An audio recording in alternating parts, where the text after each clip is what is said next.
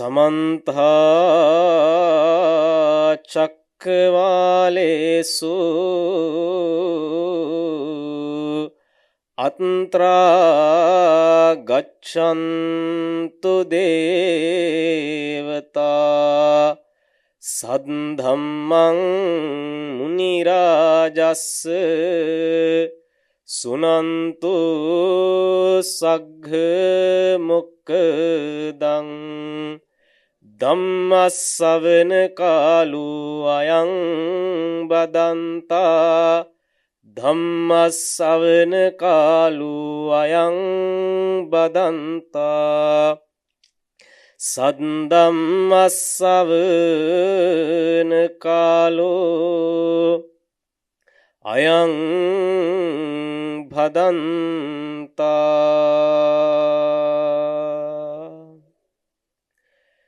නමෝ තස්ස භගවතු අරහතෝ සම්බ ධම්මේසු අප්පටිහත ඥානචාරස්ස දස බලදරස්ස චතු වේසාරජ්‍ය විසරදස්ස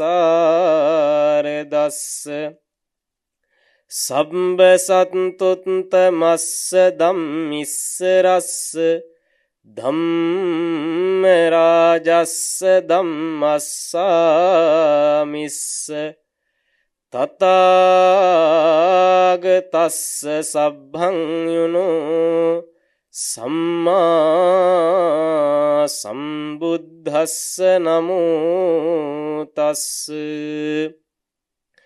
භගවතු අරහතෝ සම්බ ධම්මේසු අප්පටිහත ඥානචාරස්ස දස බලදරස්ස චතු වේසාරජ්‍ය විසරදස්ස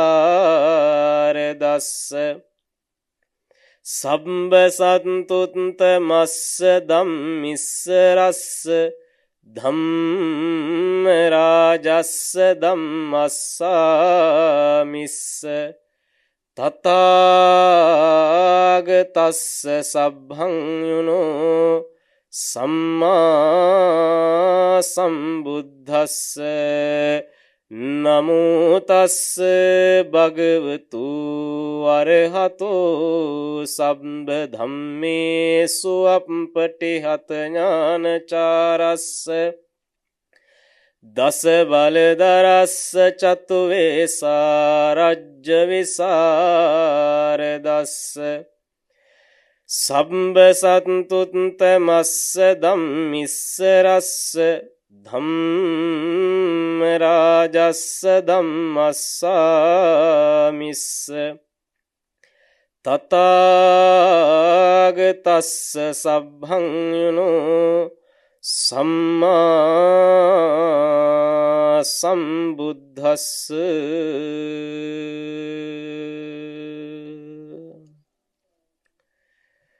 අපරිපක්ඛාය මේඝිය චේතෝ විමුක්තියා පංච ධම්මා පරිපක්ඛාය සංවත්තති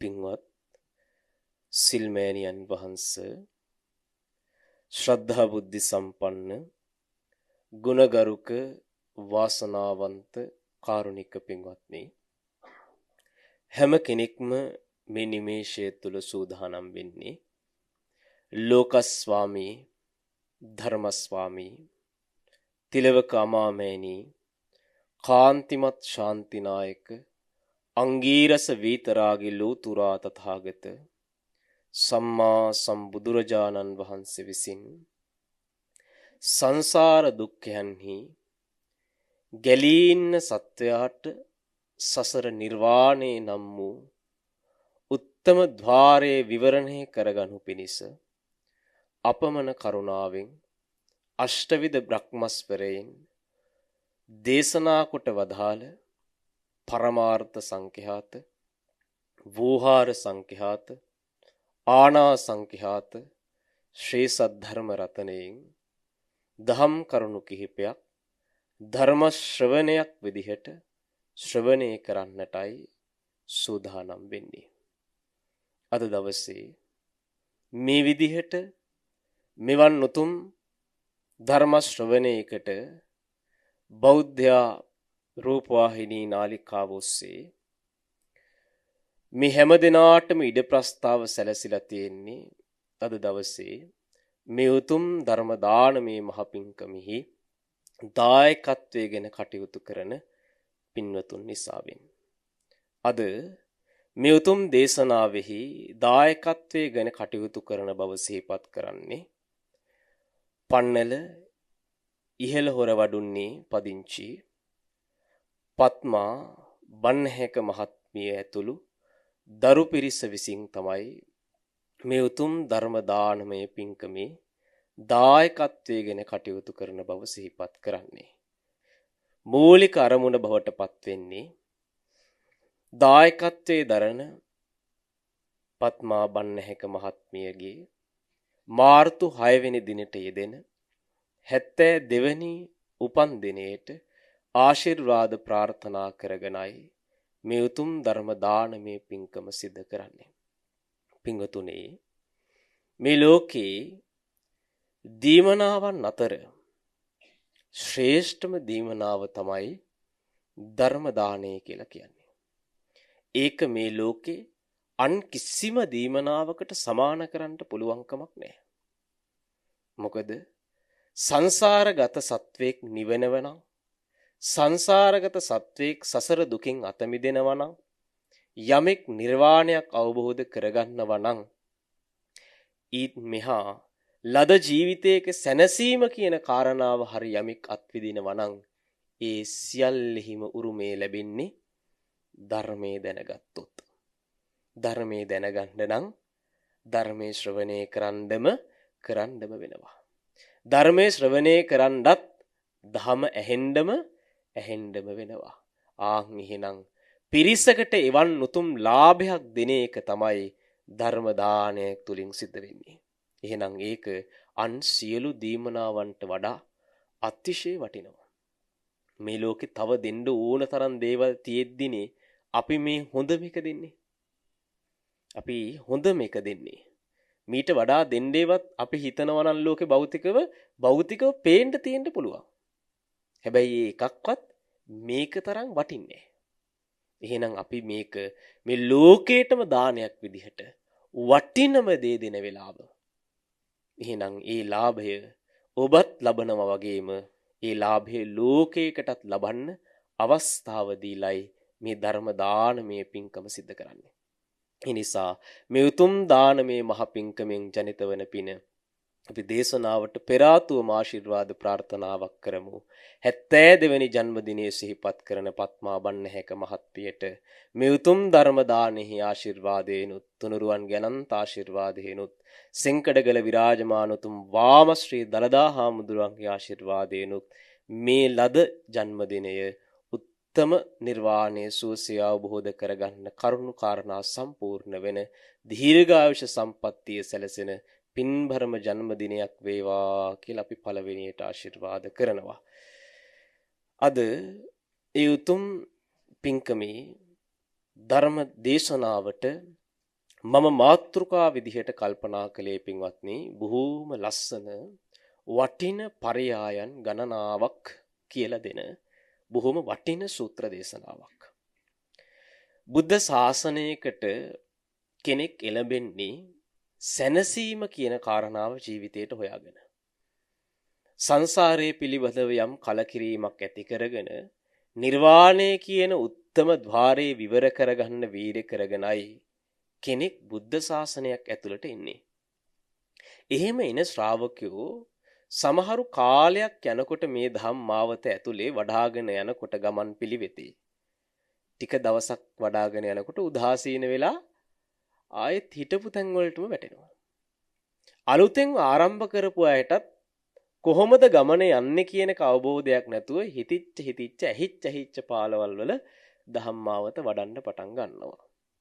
එතකොට අතරමැද ගියපු අයත් මුලින් ආරම්භ කරනකොට හරියට කරුණු නොදැනගෙන ආරම්භ කරන අයත් ඇත්තටම ගොඩක් වෙලාවට පාරවල් වරද්ද ගන්න ස්වභාවයක් අපිට පේන්න තියෙනවා. ඒ අයට ආධුනිකයන්ටත් පරණ අයටත් දෙගොල්ලටම හරියන සූත්‍රයක් තමයි අද දවසේ මාතෘකා කළේ. ඒ සූත්‍රේ හරි වටිනවා. මොනවා කරගන්නද? බුද්ධ ශාසනයක හිත හදන වැඩපිළිවෙලට උපකාර කරගන්න. බුද්ධ ශාසනයක් අපිට ලැබුණේ හිත හදාගන්න. වෙන කිසිවකට නෙවෙයි. බුද්ධ ශාසනයකින් ඔබට මට ලැබෙනවා නම් වටිනම ලාභයක් ඒ ඔබේ මගේ හිත හදා ගැනීම. ආන්ගේ හිත හදන වැඩපිළිවෙලට හරි උපකාර කරන ධර්ම කාරණා කිහිපයක් සඳහන් වෙච්ච සූත්‍රයක් තමයි දේශනාවට මාතෘකා කළේ. මේ සූත්‍රය සංග්‍රහ වෙලා තියෙන්නේ සූත්‍ර පිටකයේ අංගුත්තර නිකායට. අංගුත්තර නිකායේ තමයි දේශනා අංක ස්වරූපයේ දේශනා සංග්‍රහ වෙලා තියෙන්නේ. අන්න ඒ අංගුත්තර නිකායේ නවක නිපාතයේ දහම් කරුණු 9ක් බැගින් සංග්‍රහ වෙලා තියෙන සූත්‍ර අන්තර්ගත වෙන්නේ නවක නිපාතයට. අන්නේ නවක නිපාතයේ සම්බෝධි වර්ගයේ සඳහන් වෙන සූත්‍ර දේශනාවක් තමයි දේශනාවට මාතෘකා කරගන්නේ. සූත්‍ර දේශනාවේ නම මේඝිය සූත්‍රය. මොකක්ද නම? මේඝිය සූත්‍රය.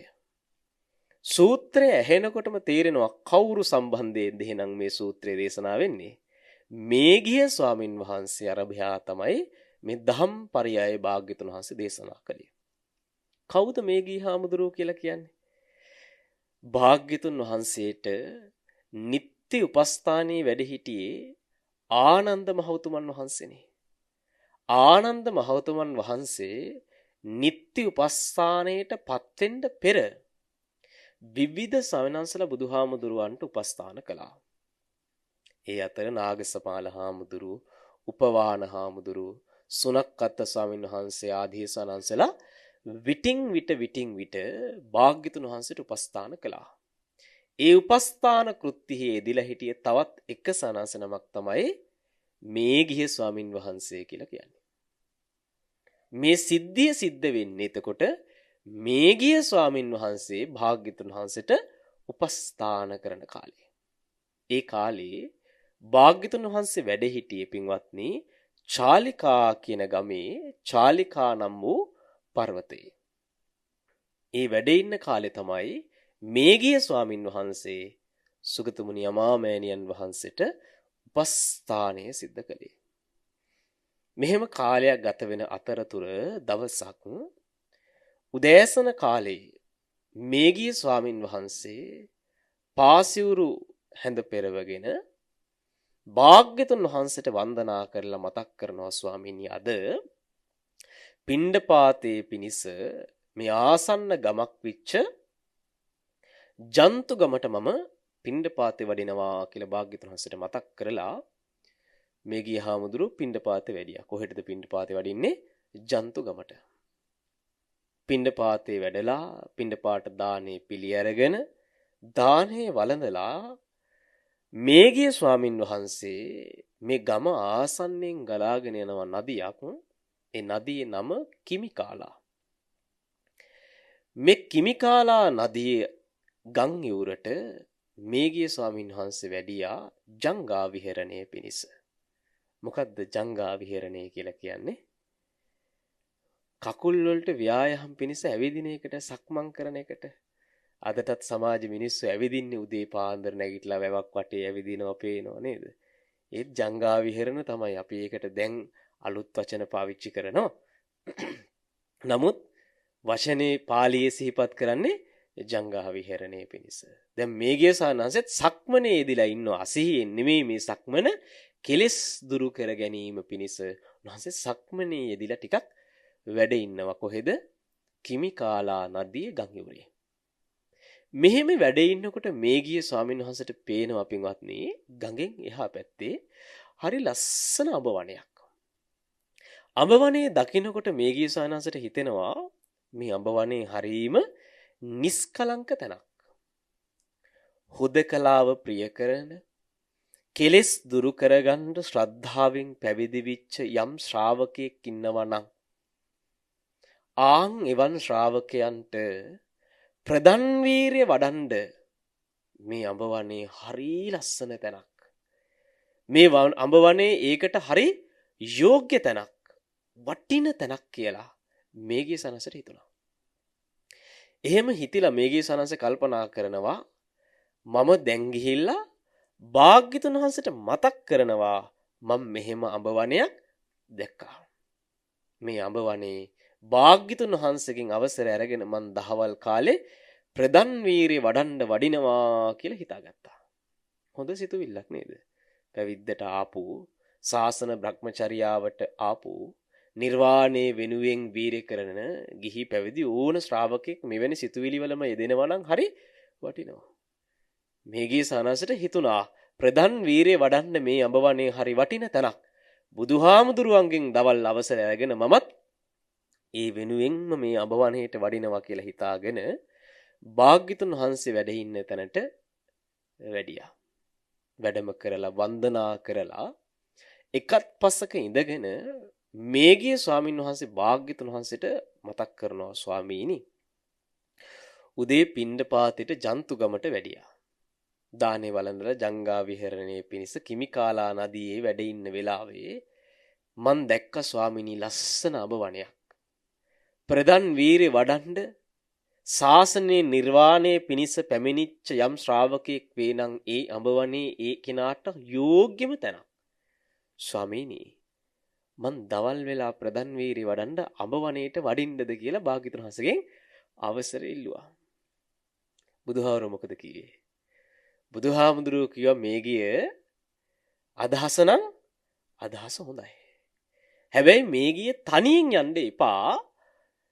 උදව්වට තව සානස නමක්, කල්යාණ මිත්‍රයන් වහන්සේ නමක් වඩිනකන් ටිකක් ඉමුයි කියලා කිව්වා.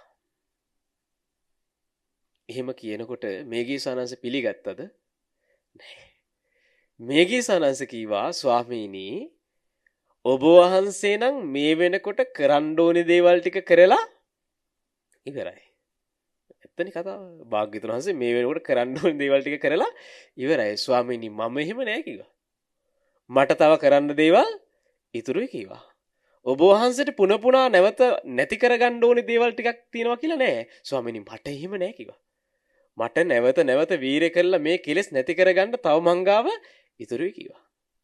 ස්වාමීනි ඒ හින්දා මම ගියාට කමක් නැද්ද කියලා දෙවෙනි වතාවෙත් අහනවා. බුදුහාර දෙවෙනි වතාවේ මොකද කිව්වේ?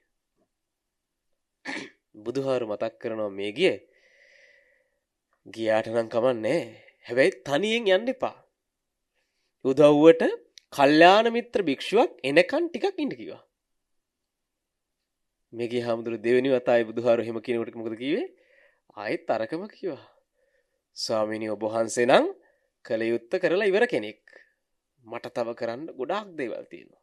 හැබැයි ඉතින් එහෙම හිතෙන එකත් ශ්‍රාවකයෙක්ට එක අතකින් හොඳ දෙයක්. සමහරුන්ට එහෙම හිතෙන්නෙත් නෑ නේද? අපිට නම් තව කරන්න දේවල් ඉතුරුයි කියලා වර්තමාන ශ්‍රාවකයන්ට හිතෙනවද? නෑ. ඉතින් බුදුහාරෝ කරපු දේ කරලා ඉවරුණත් කමන්නේ. අපිට තව කරන්න තිබ්බත් කමන්නේ. අපිට ඊට වඩා වැඩ තියෙනවා කියලා ශ්‍රාවකයෝ වෙන පැත්තකට යන බවත් පේන්න නැතුවම නෙවෙයි. ඒ අතින් බලනකොට මේ ගිය හාමුදුරුවෝ හොඳයි. නමුත් මේ ගිය හාමුදුරුවෝ භාග්‍යවතුන් වහන්සේගේ වචනේ දැන් මේ අහන්නේ නෑ. ඒක නරකයි. භාග්‍යවතුන් වහන්සේ දෙවෙනි වතාවෙත් කිව්වා මේ ගිය යන්න එපා. යනවා නම් කල්යාණ මිත්‍රයෙක් එනකන් ඉන්න. මේ ගිය හාමුදුරුවෝ ඒ අහන්නෙත් නෑ. මේ ගිය හාමුදුරුවෝ කියනවා ස්වාමීනි ඔබ වහන්සේ කරලා ඉවරයි. මට තව කරන්න තියෙනවා. ඒ නිසා මං යන්නම්. තුන්වෙනි වතාවේ බුදුහාරු කියනවා මේ ගිය ප්‍රධාන වීරිය කියලා නුඹ මේ මොකක් කරන්න යනවද දන්නේ? කැමැති එකක් කරගන්න කිව්වා. බහන්න බුදු කෙනෙකුගේ ස්වභාවය. සාමාන්‍ය එකපාරයි. එහෙම නැත්තම් දෙපාරයි. අනුකම්පාම කරනවා නම් තුන්පාරයි. ඊට වඩා කියන්න යන්නේ නැහැ. අපිට බුදුහාරුන් ඉගෙන ගන්න තියෙන පුංචි කතාවක් ඒ. ඕනම දෙයකට ඕනමට වැඩිය ඔට්ටු වෙන්න එපා. එක සැරයක් කියන්න. දෙවෙනි පාරත් කියන්න. අනුකම්පාම කරනවා නම් කෙනෙක්ට තුන්වෙනි පාරත් කියන්න. ඊට වඩා යන්න එපා කියන්න. කොච්චර ඔබ හරි වුණොත් ඊට වඩා වුන්නේ. අතෑරලා දාලා බලාගෙන ඉන්න. වැරදුනාම ආයේ එනවා. මේගේ සනසලත් පළවෙනි පාර කීවා මේගේ යන්න එපා. කල්යාණ මිත්‍රයෙක් කෙනෙක්න් ඉන්න. දෙවෙනි වතාවෙත් කීවා තුන්වෙනි විතයි කැමැති එකක් කරගන්න කිව්වා. මේ ගිය හාමුදුරුවෝ වන්දනා කළා වැඩියා.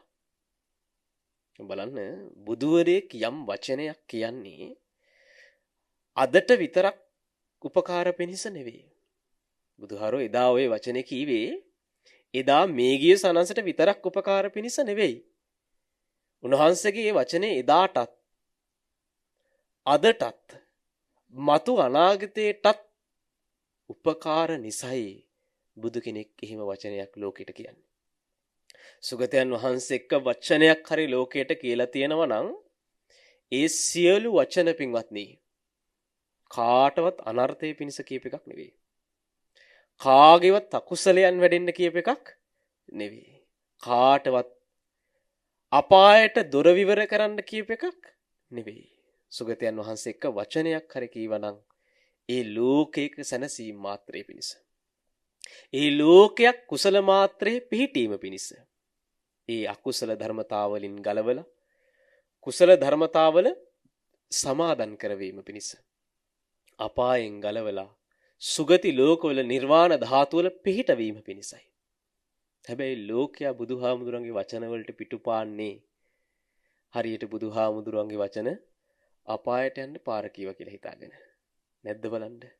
මිනිස්සු කොච්චර බනහන එකෙන් ඈත් වෙලාද? පින්කම් ගෙවල් වලට ගියපුවාම ඔබට දකින්න ලැබෙන දර්ශන දැකලා ඇතිනේ නේද? කීයෙන් කී දෙනාද ධර්ම ශ්‍රවණයට පෙළඹිලා තියෙන්නේ? අනිත් සියල්ල බුදුහාමුදුරන්ගේ වචනයට පිටුපාලානේ. ඇයි එයාලට හිතෙනවද දන්නේ බුදුහාමුදුරන්ගේ වචනය එයාලට වැරදීමකට හේතු වෙයි කියලා නෑ. මේ ගිය සානංශයටත් මේ වචනේ බුදුහාමුදුරුවෝ කීවේ අනුකම්පා කරලා. නමුත් මේ පිටුපාන්නේ මුරණ්ඩුකමටයි.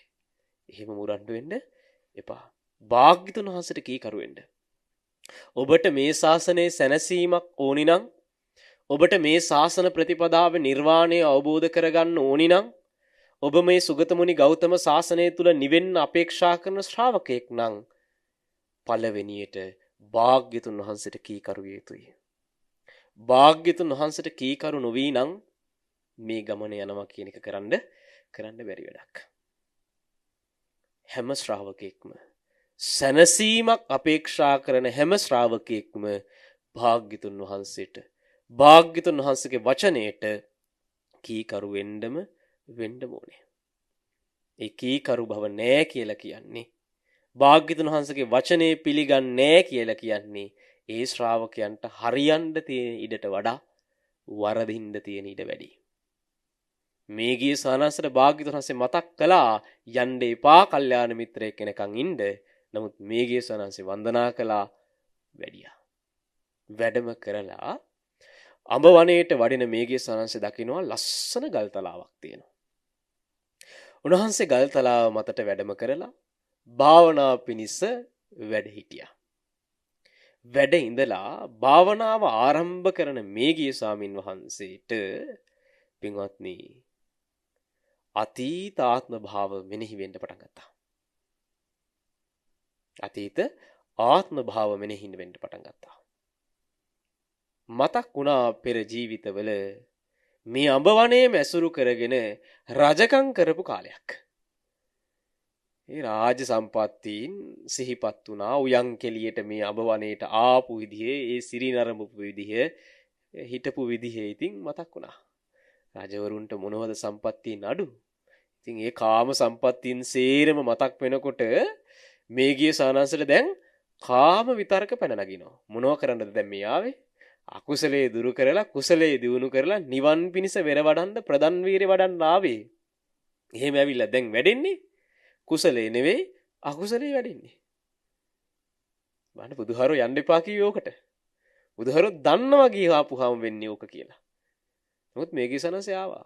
වැරදිනව නේද? භාග්‍යතුන් වහන්සේට කීකරු නොවුනොත් වරදිනවමයි. මේ ගිසනසේ ආවේ අකුසල් දුරු කරලා කුසල් වඩන්න. දැන් වෙන්නේ වඩන්න ආපු කුසලයේ යටපත් වෙලා අකුසලයේ දියුණු වෙන එක. කාම විතර්ක එකෙන් එක පැන නැගී යනවා. ඊළඟට ඒ රජකම් කරපු කාලේ මේ අඹවණේ මිදගෙන හොරුන්ගේ ප්‍රශ්නයක් විසඳපු එකක් මතක් වුණා. හොරු ගැන මතක් වෙනකොට මෛත්‍රිය වැඩෙනවද? මෛත්‍රිය වැඩෙන්නේ නැහැ. ඒත් එක්කම උන්වහන්සේට ව්‍යාපාද විතර්කයක් පැන නැගින්න පටන් ගත්තා. දැන් එක පැත්තකින් කාම විතර්ක පැන නැගිනවා. දැන් ඒක ඉවරනකොට ආයෙ ව්‍යාපාද විතර්ක පැන නැගිනවා. ඒ හොරුන්ට දඬුවම් දීපු වදක චිත්තයක් මතක් වුණා. දැන් විහිංසා විතර්කයකුත් පැන නැගලා. කුසලයේ දියුණු කරන්න ඉඳගත්තේ නොදැනීම දියුණු වෙන්නේ අකුසලයේ. ඇයි මේ? අපේ හිත සංසාරේ වැටිපුරම ඇසුරු කළේ කුසල පක්ෂයේද අකුසල පක්ෂයේද? ඇත්ත කතාව අපේ හිත වැඩිපුරම සංසාරේ හුරු කරේ අකුසල පක්ෂය. අපිට කුසලයට හිත යොදනවා කියන එක පහසු නෑ. නේද? බුද්ධානුස්සතිය වඩන්න තමයි ඉඳගත්තේ. එහෙම ඉඳගත්තු ශ්‍රාවකයලා ටික වෙලාවක් යනකොට බුද්ධානුස්සතියෙන් වැඩෙනවද? ටික වෙලාවක් යනකොට නොදැනීම රාගේ වැඩිලා, නොදැනීම ද්වේෂේ වැඩිලා, මෛත්‍රිය වඩන්න ඉඳගත්තු ශ්‍රාවකයෝ පුරුදු නැති හිත් හින්දා නොදැනීම මෛත්‍රිය නෙවෙයි අහවල්ලු මතක් කරනකොට ද්වේෂය පැන නැගිලි ඉවරයි. මේ හිත වැටිපුරම ඇසුරු කළේ ඒකයි. නිකන් හිතලා බලන්නකෝ දැන් දේශනාව අහන වෙලාව, සැනසීම් මාත්‍රයෙන් ඉන්න වෙලාව, මේ ඉන්න වෙලාවේ පිටිපස්සේ අසුනේ ඉන්න කෙනා නේද ටිකක් අපහසුයෙන් එහෙට මෙහෙට වෙන ගමන් කකුල දිග අරිනකොට ඔබේ ඇඟේ ස්පර්ශ වුණොත් මොකද වෙන්නේ? සූපත් වේවා කියලා හිතෙනවද? නැහනේ. පුංචි හරි තරහක් එනවා ආයෙපා කියලා හරි බලන්න හිතෙනවා මේ පැත්තට චුට්ටක්. ඇයි අපිට හුරු නෑ කුසල හිත. අපිට වැඩිපුර හිත හුරු අකුසලයේ පැත්තට. එනිසා මේගේ සනන්සේ වැඩි ප්‍රධාන වීරිය වඩන්න තමයි. නමුත් දැන් වඩන්නේ අකුසල විතර්ක ටිකක්. උන්වහන්සේට දැන් කාම විතර්ක පැන නැගිලා, උන්වහන්සේට දැන් ව්‍යාපාද විතර්ක පැන නැගිලා, උන්වහන්සේට දැන් විහිංසා විතර්ක පැන නැගිලා. එහෙම පැන නැගිනකොට උන්වහන්සේට හිතෙනවා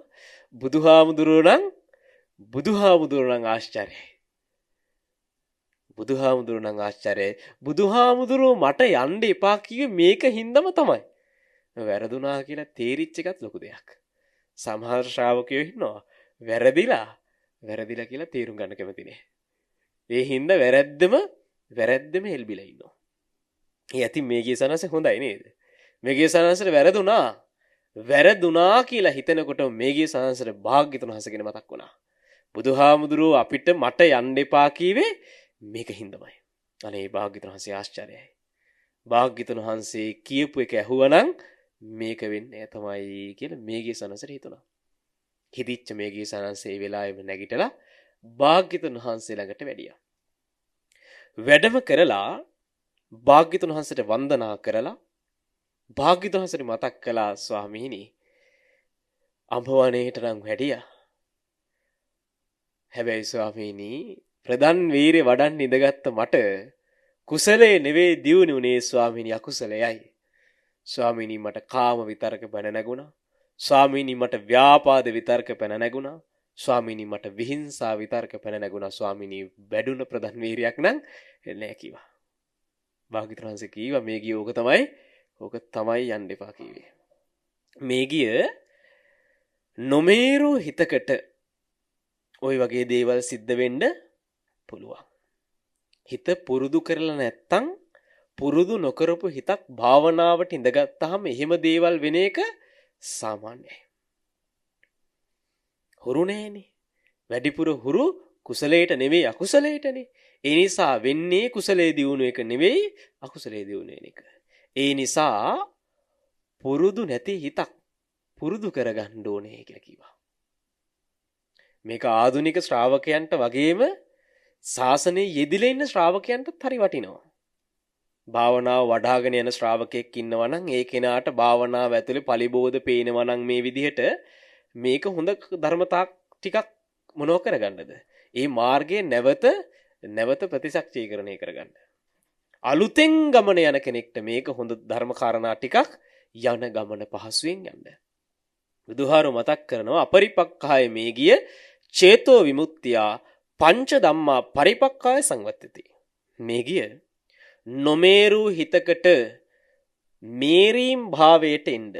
එහෙම නැත්නම් පුරුදු නැති හිතකට පුරුදු භාවයට හිත ගේන්න මේ ගිය කාරණා පහක් බලපානවා කිව්වා. ධර්මතා පහක් උපකාර වෙනවා.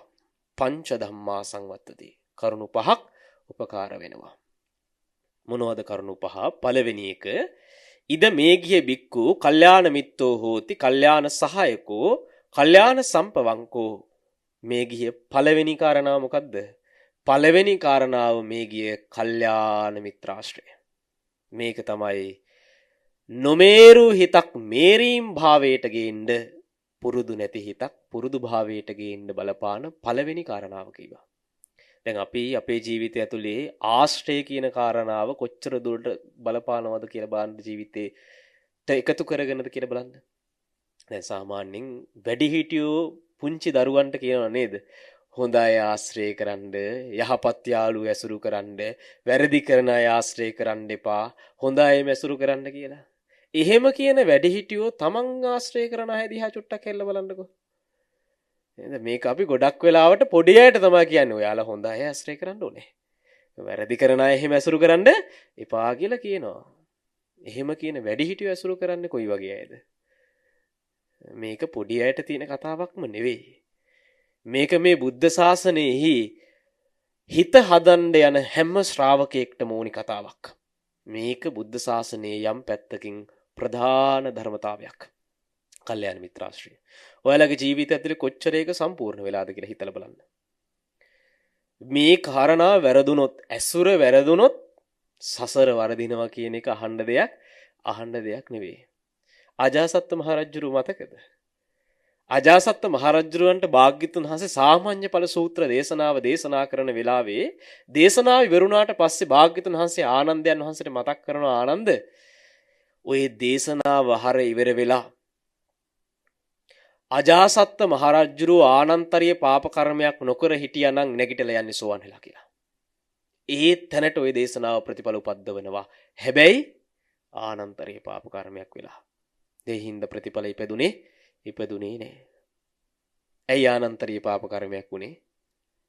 ඇසුර වැරදිච්ච හින්දා. ඇසුරට හම්බුනේ පළවෙනියට දේවදත්ත සානංශ හින්දා අජාසත් මහරජුරන්ට වැරදුනා. මේ පින් නැති කෙනෙක්ද? නෑ. විජිතාවි නමින් පසේ බුදු වෙන්න බුද්ධකාරක දහම් පුරාගෙන යන උතුමෙක් අජාසත් මහරජුරු. ඇසුරක් හින්දා වැරදුනා. බලන්න, ඇසුර කියන එක ජීවිතේට පුංචි ප්‍රමාණයෙන් එකතුණත් ඇති වැරදි නක් නේද? ඇසුරේ චුට්ටක් හරි ඇසුරු කරන්නේ වැරදි කෙනෙක් නම් ඒ චුට්ට ඇති ජීවිතේ සම්පූර්ණයෙන් විනාශ වෙන්න උනත්. නේද? අසුචි ගොඩාක් තියෙන්න ඕනේ නෑනේ ගඳ ගන්න. චුට්ටක් තිබ්බත් ඒ ගඳ එනවමයි. ඒ නිසා ඇසුර ඇතුලේ හරි පරිස්සම් වෙන්න ඕනේ. දැන් හිතන්න කෙනෙක්ට කවුරු හරි ඇවිල්ලා බැනගෙන යනවා. ඒ බැනගෙන යන වෙලාවේ යාට හිතෙනවා ගහන්නම ඕනේ. එක්කෝ මරන්නම ඕනේ කියලා. හිතුණා විතරයි. හිතිලා යන අතරතුර යාළුවා හම්බ වෙනවා. යාළුවට මතක් කරනවා අහවල්ලු ඇවිල්ලා බැන්නනේ මට නම් ගහන්නම හිතුණා. මට නම් මරන්නම හිතුණා. ඒ වෙලාවේ යාළුවා කීවනම් අපරාධේ මාත් එන්නම් යන් කියලා. අර හිතුවිච්ච හිතවිල්ල ක්‍රියාවට නම් වෙලා ප්‍රාණඝාත අකුසලයකුත් සමහර විට කරලා තමයි ඉවර වෙන්නේ. හැබැයි මේ හම්බ වෙන්නේ කල්යාණ මිත්‍ර යාළුවෙක් නම් එයා මොකද්ද කියන්නේ? එහෙම හිතන්නවත් එපා කියලා ඒ සිතුවිල්ලනුත් බැහැර කරනවා. එතකොට කල්යාණ මිත්‍රයා කියන්නේ කවුද?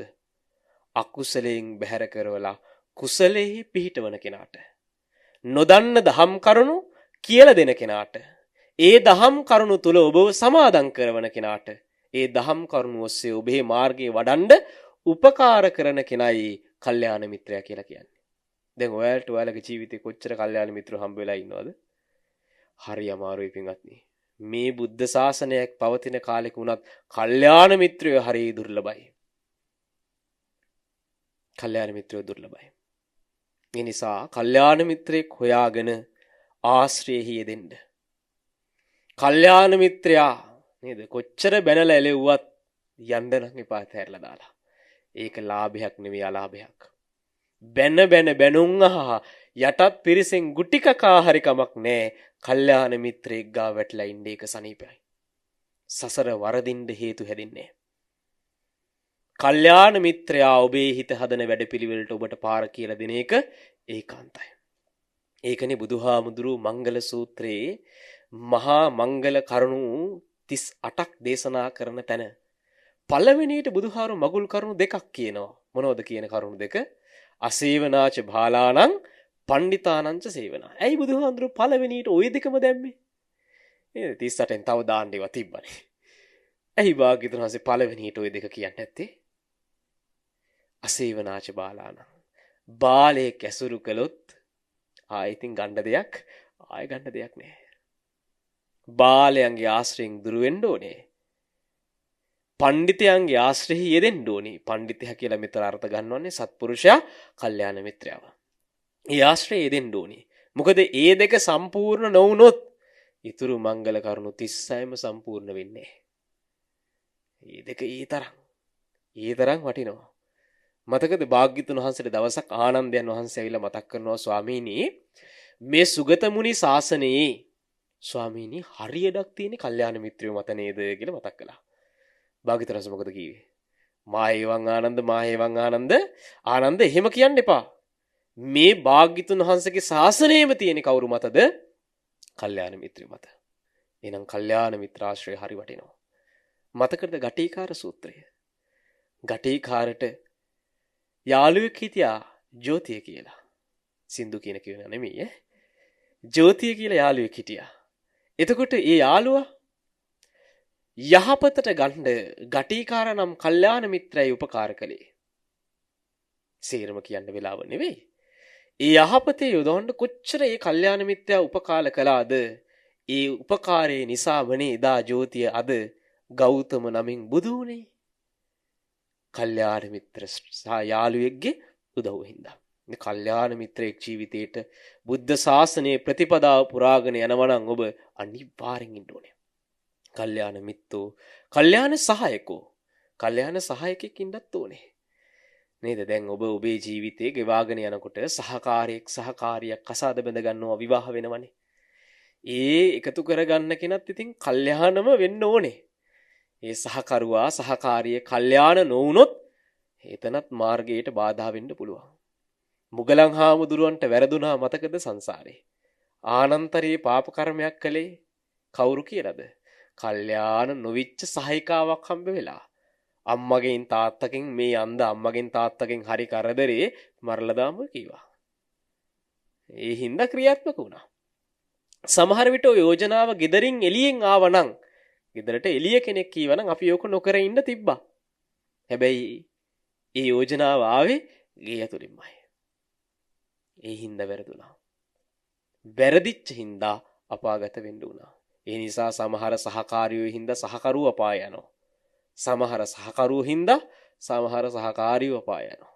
ඒ නිසා එකතු කරගන්න කෙනා වුණත් කල්යාණ කෙනෙක් බවට පත් කරගන්න ඕනේ. ඊළඟට මේක කියනවා කල්යාණ සම්පවංකෝ. සමහර විට කල්යාණ මිත්‍රෝ මේ පෙනිපෙනි ඉන්නවා. අපේ හිත කොච්චර උද්දච්චයිද කියලා කියනවා නම් අපිට ඒ කල්යාණ මිත්‍රයෝ ආශ්‍රය කරන්න හිත නැමෙන්නේ. මේ හම්බ වෙනවා, මේ hina වෙනවා, මේ පාර කියලා යනවා. ඕක නෙමෙයි පාර, මේකයි පාර කියලා පෙන්නලා යනවා. ඒත් අපිට හිතෙන්නේ නෑ ඇසුරු කරන්න ඕනේ කියලා. අන්න සමහර වෙලාවට කර්ම විදියටත් එහෙම වෙන්න පුළුවන්. එහෙම හින්දා අපි කල්යාණ මිත්‍ර ආශ්‍රය දෙන්න ඕනේ. අපේ හිත ඒ ආශ්‍රයයට නැමින ස්වභාවයෙන් පවත්ව ගන්න ඕනේ. ඒක තමයි හිත දියුණු කරගන්න, හිත පුහුණු කරගන්න වැඩපිළිවෙලේ පළවෙනි කාරණාව කියලා මේ ගිය සනසට මතක් කළා.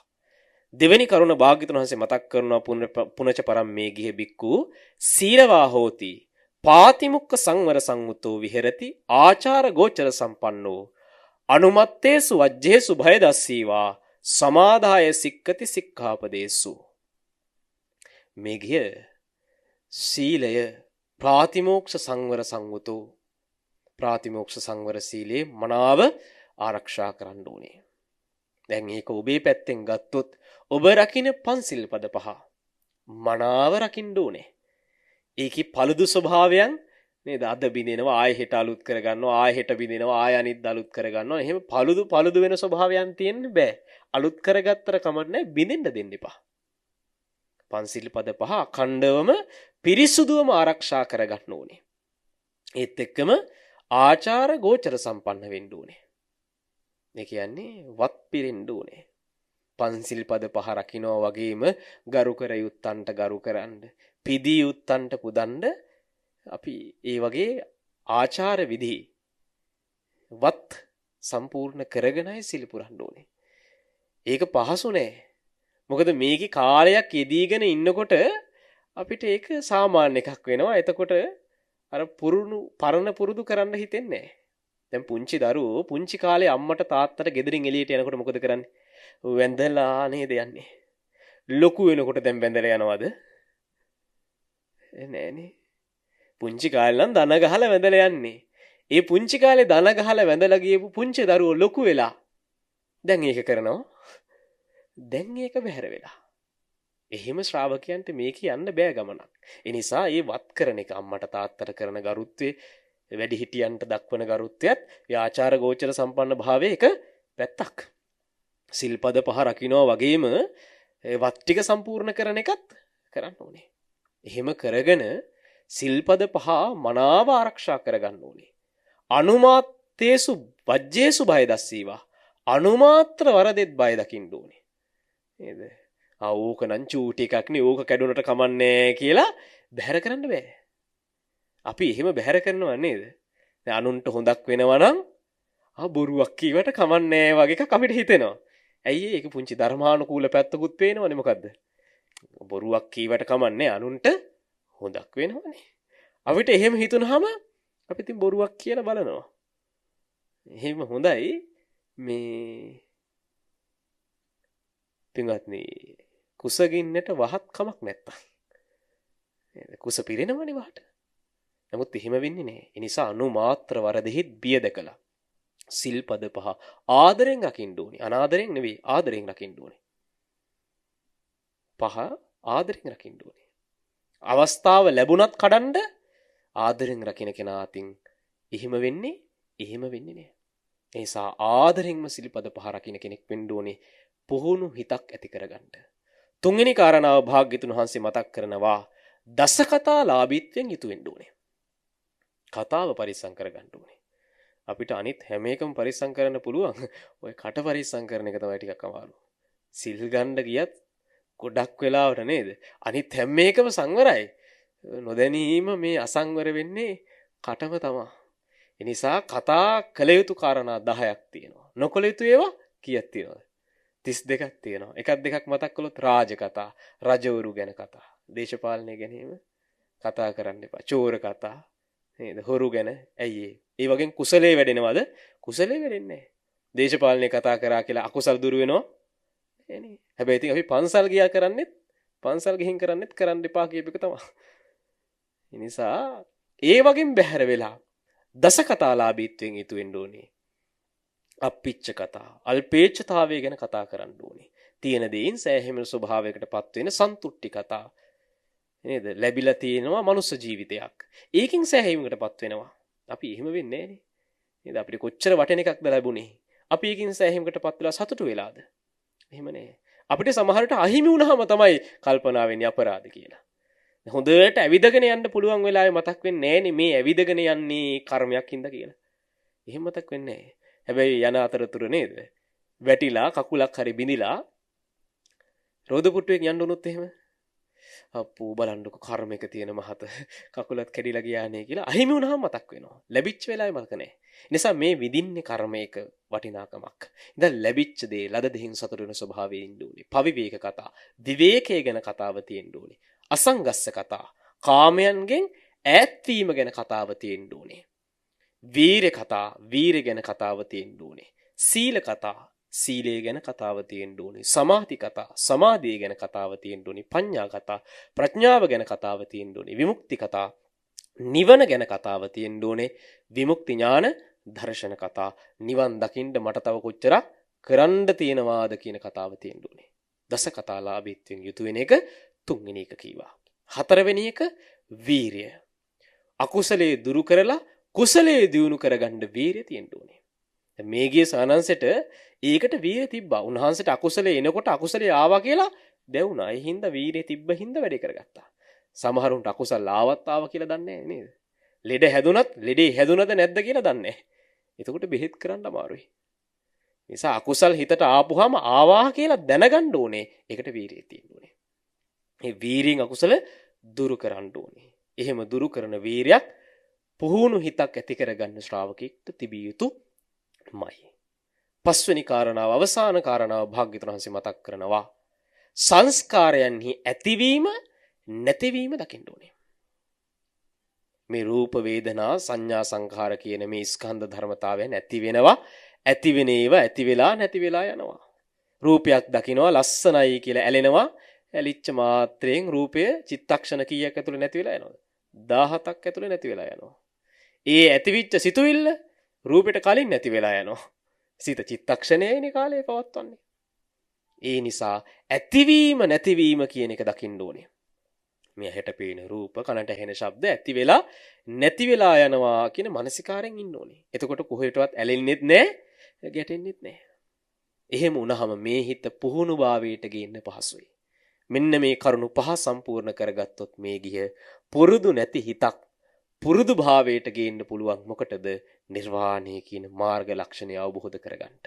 ඒ නිසා මේ කරුණු පහ එකතු කරගන්න ජීවිතේට. කරුණු පහ කියලා ඉවරනකොට දේශනාව ඉවර වෙන්න පුළුවන්. හැබැයි ඉවර වෙන මාත්‍රයෙන් ඔබට පටන් ගන්න දෙයක් දැන් ඉතුරු වෙලා තියෙනවා. මේ කරුණු පහ ජීවිතයට එකතු කරගෙන නැති කරුණු ඇති කරගෙන අලුතෙන් කරුණු එකතු කරගන්න තියෙනවා නම් ආරම්භ කරගෙන මේ වැඩපිළිවිලේ යෙදෙන එක මොනව කරගන්නද? හිතක් හදන්න. ඒ පිණිස හැම දිනාටම දේශනාව උපකාර පිණිස පවතිවා කියන ප්‍රාර්ථනාවෙන් දේශනාව නිමාවටපත් කරනවා. අද දවසේ මේ උතුම් ධර්ම දානමේ මහ පිංකම හෝරාවක් මුළුල්ලේ බෞද්ධයා මාධ්‍ය ජාලය ඔස්සේ ලෝකයකට අහන්න ඉඩ ප්‍රස්තාව සකස් කරන්නට යෙදුනේ පන්නල ඉහළ හොරවඩුන්නේ පදිංචි පත්මා බන්නහැක මහත්මිය සහ දරු පිරිස විසින් දායකත්වයේ දරන පත්මා බන්නහැක මහත්මියගේ මාර්තු 6 වෙනි දිනට යෙදෙන 72 වෙනි උපන් දිනේට ආශිර්වාද පිණිසයි මේ උතුම් පින්කම සිදු කරන්නට යෙදුනේ. මේ පින ඇයට දීර්ඝායුෂ සම්පන්නිය ලද මේ උත්තම මනුෂ්‍ය ජීවිතය තුළ නිර්වාණ අවබෝධයේ පිණිසම උපකාර වේවා කියලා අපි කවුරුත් ආශිර්වාද කරමු. ඒ වගේම මේ පින් කුසල් වසර 23කට පෙර මිය පරලව යන්නට යෙදුන ඉහළ හොරවඩුන්නේ පදිංචිව සිටි එල්.පී. ජයතිලක මුදලාලි මහත්මයාණන්ටත් හම්මලව පදිංචිව සිට මැසී ගිය බී.එම්. සේකරගම මහත්මයා පියතුමාට හම්මලව පදිංචිව සිට නැසී ගිය වයි.එම්. රම්මැණිකේ මෑණියන්ට බී.එම්. ආර්යවංශ සහෝදරයාට බී.එම්. සෝමරත්න සහෝදරයාට කියන මේ නම් සිහිපත් කරන පවුල් පඳුරුවල මිය පරලොව ගිය සියලු ඥාති හිත මිත්‍රාදීන්ට අපි මේ පින් කුසල් අනුමෝදන් කරමු. අනුමෝදන් වේවා. ඒ ඇත්තෝ දුකක නම් මිදේවා, සැපතක නම් දියුණු වේවා. පතන බෝධියකින් සසර ගමන් කෙලවර කරගනු පිණිස මේ පින් උපකාර කරගනීවා කියලා සාදු කියලා පින් දෙමු.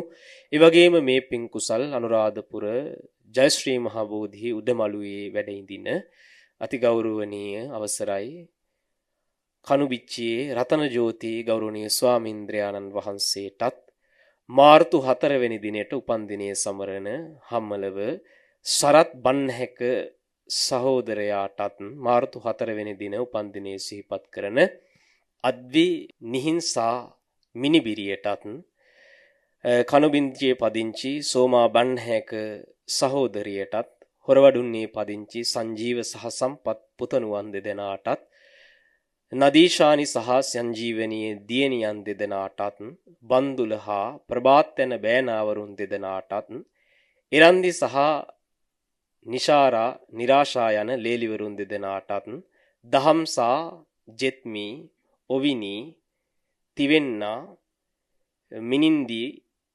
නිවිඳු යන මුණුබුරු මිනිබිරියන් සියලු දෙනාටත් ආශිර්වාද පිණිස පවතිවා.